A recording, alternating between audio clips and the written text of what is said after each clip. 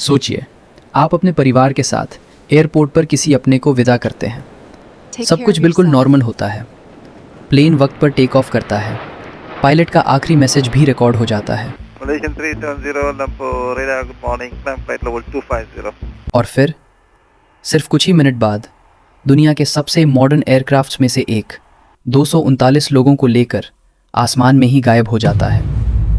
ना कोई distress call, ना कोई मैड डे, ना किसी एक्सप्लोजन की आवाज़, बस एक गहरी खामोशी। उस रात दुनिया के कई रडार सिस्टम्स उस जहाज़ को ढूंढते रहे, लेकिन फ्लाइट MH370 जैसे हवा में घुल गई थी। आज 10 साल से भी ज़्यादा वक्त गुजर चुका है। करोड़ों ऑफ डॉलर्स सर्च ऑपरेशन पर खर्च हुए। हज़ारों एक्सपर्ट्स ने इन्वेस्टिगेशन की। समुंदर के लाखों स्क्वायर किलोमीटर हिस्से को स्कैन किया गया। कुछ एयरक्राफ्ट के टुकड़े मिले, लेकिन पूरा जहाज़ और उसमें बैठे 239 लोग आज भी एक राज है। आखिर उस रात हुआ क्या था? मैं हूं अजय और आप देख रहे हैं रहस्य डायरी। चैप्टर 1, एक बिल्कुल आम रात। डेट 7 मार्च 2014। Location Kuala Lumpur international airport, Malaysia. उस रात एयरपोर्ट पर सब कुछ बिल्कुल नॉर्मल था। रनवे पर एयरक्राफ्ट्स आ रहे थे, जा रहे थे। पैसेंजर्स इमिग्रेशन कंप्लीट कर रहे थे और उन्हीं हज़ारों लोगों के बीच खड़ा था मलेशिया एयरलाइंस का Boeing 777-200 ER। Flight number MH370। Destination Beijing, China. ये कोई छोटा रूट नहीं था, लगभग 6 घंटे की इंटरनेशनल फ़्लाइट। एयरक्राफ्ट दुनिया के सबसे reliable long haul passenger aircrafts में से एक माना जाता था। बोइंग 777 की रेपुटेशन इतनी अच्छी थी कि एविएशन एक्सपर्ट्स इसे एक्सट्रीमली सेफ एयरक्राफ्ट कहते थे। एयरक्राफ्ट का रजिस्ट्रेशन नंबर था 9MMRO। इस एयरक्राफ्ट ने इससे पहले हज़ारों घंटे बिना किसी मेजर एक्सीडेंट के कंप्लीट किए थे। मेंटेनेंस रिकॉर्ड्स के मुताबिक प्लेन में कोई ऐसी टेक्निकल प्रॉब्लम रिकॉर्ड नहीं थी जो फ्लाइट को अनसेफ बनाती। कॉकपिट में 2 पायलट्स मौजूद थे। कैप्टन ज़हारी अहमद शाह, 53 साल के एक्सपीरियंस्ड पायलट। उनके साथ थे फर्स्ट ऑफिसर फरीक अब्दुल हमीद, सिर्फ 27 साल के। ये उनकी ट्रेनिंग के फाइनल फेजेस में से एक इंटरनेशनल फ़्लाइट थी। कैबिन में 10 क्रू मेंबर्स भी मौजूद थे। टोटल 229 लोग, 227 पैसेंजर्स और 12 क्रू। पैसेंजर्स 14 अलग अलग कंट्रीज से थे। सबसे ज़्यादा पैसेंजर्स चाइना के थे। कुछ बिजनेस ट्रिप पर जा रहे थे, कुछ वेकेशन से घर लौट रहे थे, कुछ स्टूडेंट्स थे, कुछ फैमिलीज़। किसी को बिल्कुल अंदाज़ा नहीं था कि कुछ ही घंटों बाद उनका नाम दुनिया के सबसे बड़े एविएशन मिस्ट्री का हिस्सा बन जाएगा। 12:41 लोकल टाइम। MH370 रनवे से स्मूथली टेक ऑफ करता है। टावर से क्लियरेंस मिल चुकी थी। वेदर बिल्कुल नॉर्मल था। विजिबिलिटी अच्छी थी। किसी भी तरह की स्टॉर्म वार्निंग नहीं थी। एयरक्राफ्ट धीरे धीरे अपनी क्रूजिंग ऑल्टीट्यूड की तरफ बढ़ने लगता है। कैबिन क्रू पैसेंजर्स को डिनर सर्व करना शुरू कर देते हैं। कॉकपिट में सब कुछ रूटीन के मुताबिक चल रहा था। रेडियो कम्युनिकेशंस नॉर्मल थी। नेविगेशन सिस्टम्स परफेक्टली काम कर रहे थे। फ्लाइट रूट भी पहले से प्लान के मुताबिक था। लेकिन किसी को नहीं पता था कि अगले 40 मिनट एविएशन हिस्ट्री को हमेशा के लिए बदल देंगे। The last radio call. Chapter 2, आखिरी रेडियो कॉल। और उसके बाद खामोशी। फ्लाइट MH370 अब लगभग 35,000 फीट की ऊंचाई पर उड़ रही थी। कॉकपिट में सब कुछ बिल्कुल नॉर्मल था। एयरक्राफ्ट ऑटो पायलट पर था और अपने पहले नेविगेशन वी पॉइंट IGARI की तरफ बढ़ रहा था। ये वी पॉइंट मलेशिया और वियतनाम के एयर ट्रैफिक कंट्रोल जोन्स के बीच का ट्रांसफ़र पॉइंट था। एविएशन में एक प्रोसीजर होता है।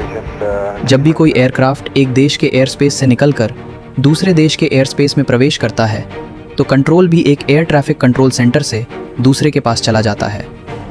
इसी रूटीन प्रोसेस के तहत कुआलालंपुर एयर ट्रैफिक कंट्रोल ने MH370 को वियतनाम के हो ची मिन एयर ट्रैफिक कंट्रोल से कांटेक्ट करने के लिए कहा।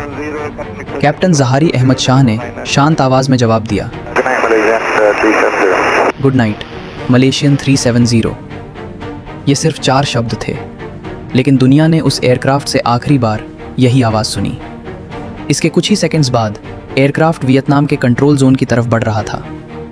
हो ची मिन ATC को उम्मीद थी कि कुछ ही पलों में MH370 उनसे कांटेक्ट करेगा, लेकिन वो कॉल कभी नहीं आई। पहले कंट्रोलर्स को लगा शायद फ्रीक्वेंसी चेंज करने में थोड़ी देरी हुई होगी। 1 मिनट, 2 मिनट, 5 मिनट, लेकिन कॉकपिट से कोई जवाब नहीं। हो ची मिन ATC ने बार बार रेडियो कॉल की, कोई रिस्पॉन्स नहीं। इस बीच एक और अजीब बात हुई। एयरक्राफ्ट का सेकेंडरी सर्विलेंस रडार ट्रांसपॉन्डर अचानक बंद हो गया। ये ट्रांसपॉन्डर वही डिवाइस होता है जो एयर ट्रैफिक कंट्रोल को एयरक्राफ्ट की आइडेंटिटी, ऑल्टीट्यूड और एग्जैक्ट पोजीशन बताता है। जैसे ही ट्रांसपॉन्डर बंद हुआ, सिविलियन रडार स्क्रीन से MH370 गायब हो गया। उस वक्त किसी को अंदाज़ा नहीं था कि ये सिर्फ कम्युनिकेशन फेलियर नहीं था। अब तक सबको लग रहा था कि एयरक्राफ्ट शायद टेक्निकल प्रॉब्लम की वजह से रेडियो कांटेक्ट खो बैठा है। लेकिन कुछ घंटों बाद जब मलेशिया की मिलिट्री ने अपने प्राइमरी रडार रिकॉर्ड्स देखे तो कहानी पूरी तरह बदल गई। प्राइमरी रडार ट्रांसपॉन्डर पर डिपेंड नहीं करता, वो सिर्फ आसमान में किसी भी बड़ी ऑब्जेक्ट की मूवमेंट डिटेक्ट करता है। और उस रडार ने एक हैरान कर देने वाली बात रिकॉर्ड की थी। जहां सबको लग रहा था कि MH370 सीधा बीजिंग की तरफ जा रहा होगा, वहीं मिलिट्री रडार के मुताबिक एयरक्राफ्ट ने अचानक एक तेज लेफ्ट टर्न लिया। प्लेन अपने प्लान्ड रूट से हट गया। फिर वो मलेशिया के ऊपर से वापस गुजरा, मलाक्का स्ट्रेट की तरफ उड़ा और धीरे धीरे रडार की रेंज से बाहर चला गया। ये कोई छोटा सा डायरेक्शन चेंज नहीं था। एयरक्राफ्ट ने कई नेविगेशन वे पॉइंट्स क्रॉस किए, जिससे इन्वेस्टिगेटर्स ने बाद में ये सवाल उठाया कि क्या ये टर्न किसी ट्रेन्ड पायलट ने किया था। लेकिन अब भी एक और बड़ी पहेली बाकी थी। अगर एयरक्राफ्ट इतनी देर तक उड़ रहा था तो उसने किसी एयरपोर्ट पर इमरजेंसी लैंडिंग क्यों नहीं की? कोई डिस्ट्रेस सिग्नल क्यों नहीं भेजा गया? और सबसे बड़ा सवाल, अगर कॉकपिट में सब कुछ ठीक नहीं था तो मेडे का एक शब्द भी रिकॉर्ड क्यों नहीं हुआ? सुबह होने तक मलेशिया एयरलाइंस को समझ आ चुका था कि ये सिर्फ कम्युनिकेशन लॉस का मामला नहीं है। फ्लाइट MH370 लापता हो चुकी थी। Breaking news tonight, a Malaysia Airlines flight MH370 Flight MH370 disappeared en route to Beijing. 70, we are ready, requesting flight number 310 to Beijing. Malaysia 370. Flight MH370 ended in the southern Indian Ocean. Will continue. Chapter 3, दुनिया की सबसे बड़ी तलाश। 8 मार्च 2014 सुबह होते ही Malaysia airlines ने officially announce किया कि फ्लाइट MH370 से कांटेक्ट टूट चुका है। शुरुआत में किसी को लगा कि शायद एयरक्राफ्ट किसी रिमोट एयरपोर्ट पर इमरजेंसी लैंडिंग कर गया होगा, लेकिन जैसे जैसे घंटे बीतने लगे उम्मीद धीरे धीरे डर में बदलने लगी। मलेशिया ने तुरंत सर्च एंड रेस्क्यू ऑपरेशन शुरू कर दिया। सबसे पहले साउथ चाइना सी में एयरक्राफ्ट को ढूंढा गया, क्योंकि ऑफिशियल फ्लाइट पाथ के हिसाबी से MH370 को वहीं होना चाहिए था। कुछ ही घंटों में वियतनाम, चाइना, सिंगापुर और थाईलैंड भी इस ऑपरेशन में शामिल हो गए। डजन्स ऑफ एयरक्राफ्ट और शिप्स समुंदर में उतर गए। हर तरफ एक ही सवाल था, MH370 आखिर गया कहाँ? लेकिन असली झटका तब लगा जब मलेशिया की मिलिट्री ने अपना रडार डेटा इन्वेस्टिगेटर्स के साथ शेयर किया। उस रडार ने दिखाया कि MH370 साउथ चाइना सी में क्रैश ही नहीं हुआ था। एयरक्राफ्ट ने अचानक अपना रूट बदला, एक तेज लेफ्ट टर्न लिया, मलेशिया के ऊपर से वापस उड़ा और मलाक्का स्ट्रेट की तरफ चला गया। ये खुलासा पूरी इन्वेस्टिगेशन की डायरेक्शन बदलने वाला था। अब सवाल सिर्फ ये नहीं था कि प्लेन कहाँ गिरा, बल्कि ये था प्लेन ने अपना रूट बदला क्यों। इन्वेस्टिगेटर्स ने एयरक्राफ्ट के कम्युनिकेशन सिस्टम्स का डेटा दोबारा एनालाइज करना शुरू किया। इसी दौरान एक कंपनी का नाम सामने आया, इनमरसैट। इनमरसैट एक सैटेलाइट कम्युनिकेशन कंपनी है। एयरक्राफ्ट का ट्रांसपॉन्डर बंद हो चुका था, रेडियो भी खामोश था, लेकिन एयरक्राफ्ट का सैटेलाइट डेटा यूनिट पूरी तरह बंद नहीं हुआ था। हर घंटे सैटेलाइट और एयरक्राफ्ट के बीच एक छोटा सा ऑटोमेटिक सिग्नल एक्सचेंज होता था, जिसे एक्सपर्ट्स हैंडशेक कहते हैं। यह सिग्नल एयरक्राफ्ट की एग्जैक्ट लोकेशन नहीं बताता था, लेकिन यह जरूर बताता था कि एयरक्राफ्ट अब भी कहीं ना कहीं इन जिंदा सिस्टम के साथ सैटेलाइट से कनेक्ट हो रहा था। इन्वेस्टिगेटर्स ने इन हैंडशेक्स का मैथमेटिकल एनालिसिस किया। डॉपलर इफेक्ट, सैटेलाइट टाइमिंग और सिग्नल स्ट्रेंथ का इस्तेमाल करके उन्होंने 2 पॉसिबल फ्लाइट पाथ्स बनाए। पहला, नॉर्थ कॉरिडोर, जो कजाकिस्तान की तरफ जा सकता था, दूसरा साउथ कॉरिडोर, जो सीधा इंडियन ओशन के बीचों बीच खत्म होता था। कई दिनों तक एक्सपर्ट्स कैलकुलेशंस करते रहे। हर नए डेटा पॉइंट के साथ नॉर्थ कॉरिडोर कमजोर पड़ता गया और धीरे धीरे एक ही कंक्लूजन मजबूत होता गया। MH370 शायद साउथ इंडियन ओशन की तरफ उड़ा था। अगर ये सच था तो इसका मतलब था कि एयरक्राफ्ट दुनिया के सबसे सुनसान समुद्री इलाकों में से एक के ऊपर घंटों तक उड़ता रहा। ऐसा इलाका जहां हजारों किलोमीटर तक ना कोई एयरपोर्ट था, ना कोई शिप, ना कोई इंसानी बस्ती। ऑस्ट्रेलिया ने इस ऑपरेशन की कमांड संभाली। पर्थ से एयरक्राफ्ट रोज उड़ान भरने लगे। Powerful surveillance planes, navy ships, helicopters और बाद में डीप सी सोनार सिस्टम्स भी सर्च में लगा दिए गए। अंडर वाटर ऑटोमॉस व्हीकल्स समुंदर की तह तक भेजे गए। हर दिन हजारों स्क्वायर किलोमीटर एरिया स्कैन किया जाता, लेकिन हर शाम रिपोर्ट्स में सिर्फ एक ही लाइन होती, नो सिग्निफिकेंट फाइंडिंग्स। दिन हफ्तों में बदले, हफ्तों ने महीनों का रूप ले लिया और धीरे धीरे ये सर्च ऑपरेशन एविएशन हिस्ट्री की सबसे महंगी और सबसे बड़ी सर्च बन गया। करोड़्स ऑफ डॉलर्स खर्च हो चुके थे, लेकिन ना कॉकपिट वॉइस रिकॉर्डर मिला, ना ब्लैक बॉक्स, ना पूरा एयरक्राफ्ट। और सबसे दर्दनाक बात, 239 लोगों के परिवार हर रोज एक नए अपडेट का इंतजार करते रहे। किसी को उम्मीद थी कि शायद एयरक्राफ्ट किसी आइलैंड पर मिल जाए, किसी को लगता था पैसेंजर्स जिंदा होंगे, लेकिन वक्त के साथ उम्मीद भी धीरे धीरे समुंदर की लहरों में खो जाने लगी। लेकिन क्या इन्वेस्टिगेटर्स को कभी एयरक्राफ्ट का कोई हिस्सा मिला? और अगर मिला तो उसने उस रात का कौन सा सच सामने रखा? यही जानेंगे चैप्टर 4 में। चैप्टर 4, समुंदर ने जो सच लौटाया।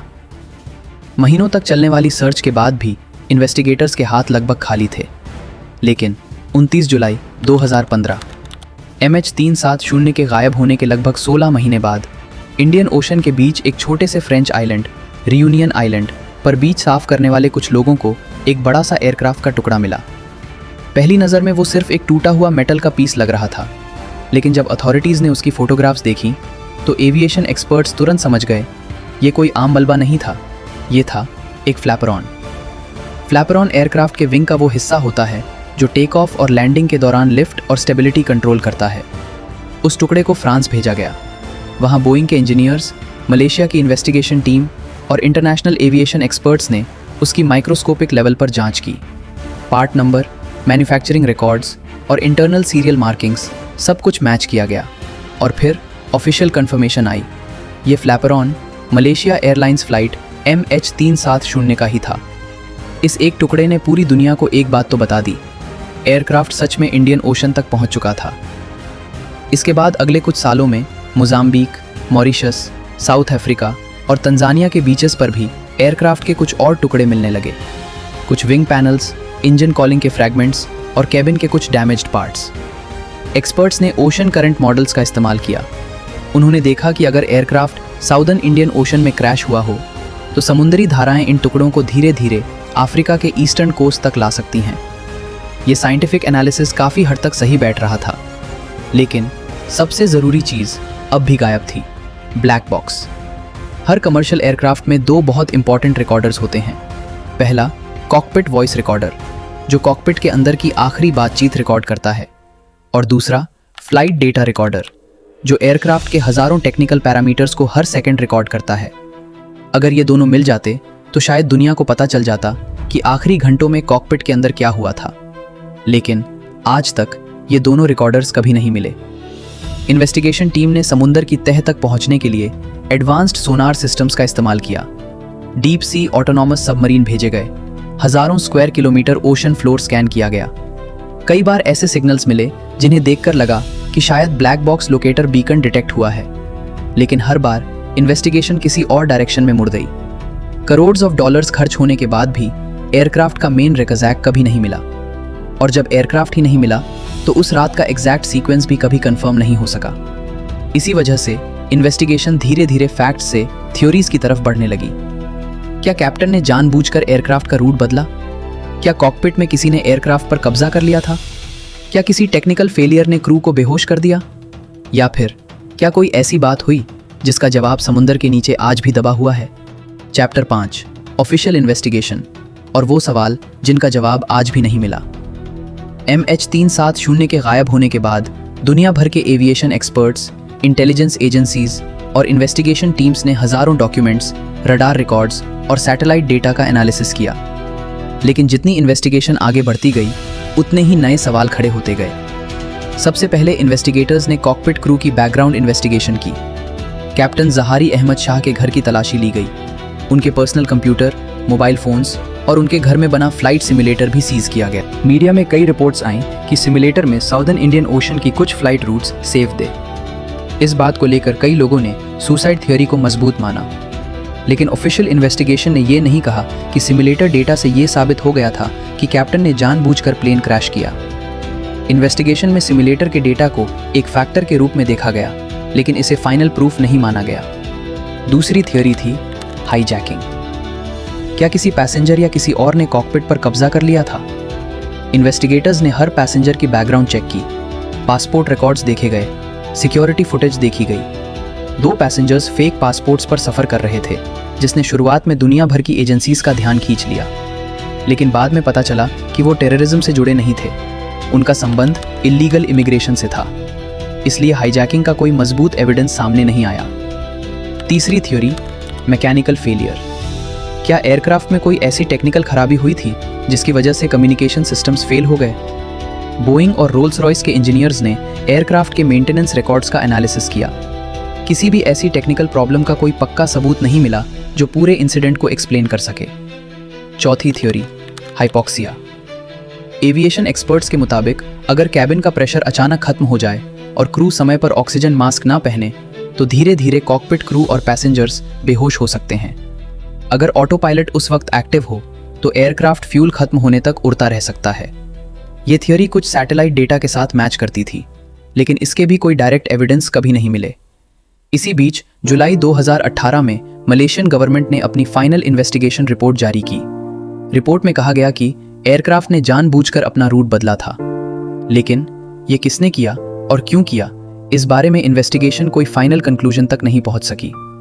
रिपोर्ट ने यह भी माना कि एयरक्राफ्ट के डिसअपीयरेंस का एग्जैक्ट रीजन एस्टैब्लिश करना मुमकिन नहीं था, क्योंकि एयरक्राफ्ट का मैन रैकेज और ब्लैक बॉक्सेस कभी रिकवर ही नहीं हुए। यानी दुनिया की सबसे महंगी एविएशन इन्वेस्टिगेशन के बाद भी सबसे इंपॉर्टेंट सवाल वही का वही रह गया। MH370 के साथ उस रात हुआ क्या था? आज भी कई प्राइवेट कंपनीज और रिसर्चर्स एयरक्राफ्ट को ढूंढने की कोशिश कर रहे हैं। नई टेक्नोलॉजी के साथ सर्च दोबारा शुरू करने की बातें भी कई बार सामने आई हैं। हर बार एक ही उम्मीद होती है, शायद इस बार समुंदर अपना राज खोल दे। कंक्लूजन, फ्लाइट MH370 सिर्फ एक मिसिंग एयरप्लेन की कहानी नहीं है, ये 239 जिंदगियों की कहानी है। 239 परिवारों की जो आज भी किसी न किसी जवाब का इंतजार कर रहे हैं। कुछ लोगों को एयरक्राफ्ट के कुछ टुकड़े मिले, लेकिन उनके अपने कभी वापस नहीं मिले। टेक्नोलॉजी ने इंसान को चांद तक पहुंचा दिया, हम मार्स पर स्पेसक्राफ्ट भेज सकते हैं, लेकिन आज भी हम धरती के एक समुंदर में खोए हुए एक बोइंग 777 का पूरा सच नहीं ढूंढ पाए। शायद एक दिन कोई नया सबूत मिले, शायद ब्लैक बॉक्स मिल जाए, या शायद MH370 हमेशा के लिए एविएशन हिस्ट्री का सबसे बड़ा रहस्य बनकर रह जाए। मैं हूं अजॉय और आप देख रहे थे रहस्य डायरी। अगर आपको लगता है कि हर राज के पीछे छुपा सच सामने आना चाहिए, तो इस वीडियो को शेयर ज़रूर कीजिए। कमेंट करके बताइए आपके हिसाब से MH370 के साथ उस रात क्या हुआ होगा। मिलते हैं अगले एपिसोड में, एक और सच, एक और रहस्य। तब तक के लिए स्टे सेफ, स्टे क्यूरियस।